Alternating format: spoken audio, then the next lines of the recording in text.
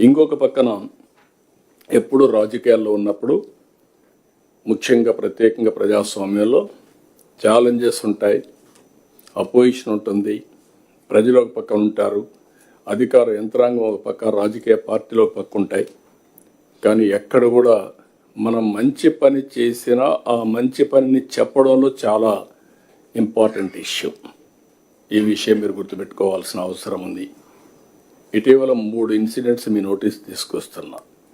ఒకటి తిరుమల తిరుపతి దేవస్థానం, బాలాజీ, వెంకటేశ్వర స్వామి. ఒక సెంటిమెంట్. దేశంలో ఎవరైనా సరే హిందువులు అనేవాళ్ళు వెంకటేశ్వర స్వామి దర్శనం చేసుకోవాలి.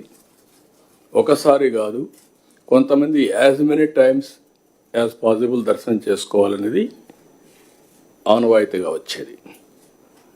ఏ ప్రాబ్లం ఉన్నా వెంకటేశ్వర స్వామిని కోరుకుంటే ఆ సమస్య పరిష్కారం అవుతుందని చెప్పేది ప్రతి ఒక్కరి నమ్మకం. ఆ నమ్మకంతోనే ముందుకు పోయే పరిస్థితి వచ్చి ఇస్రో ఏదైనా శాటిలైట్ లాంచ్ చేస్తే ఫస్ట్ అక్కడికి పోయి ప్రేయర్ చేసి ఆ సర్టిఫికెట్లు పెట్టి వచ్చి లాంచ్ చేస్తారు, ఈవెన్ శాస్త్రవేత్తలు.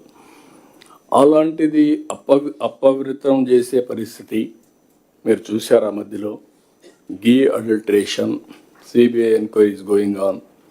పరకామణిలో దొంగతనం జరిగితే సెటిల్మెంట్ చేయించే పరిస్థితికి వచ్చా. అంటే ఆ ఫర్మ్గా యాక్షన్ తీసుకోలేని పరిస్థితి వచ్చి సెటిల్మెంట్ చేసే దాన్ని సమర్థించే పరిస్థితికి వచ్చారు.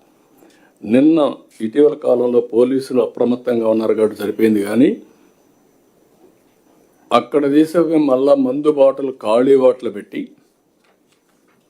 టీటీడీ అడ్మినిస్ట్రేషన్ ఫెయిల్ అయిందని పేపర్లో లేకపోతే టీవీలో సాక్షి ఇవన్నీ వేసేసి అక్కడి నుంచి భక్తుల మనోభావాలు దెబ్బతీసే పరిస్థితికి వచ్చారు.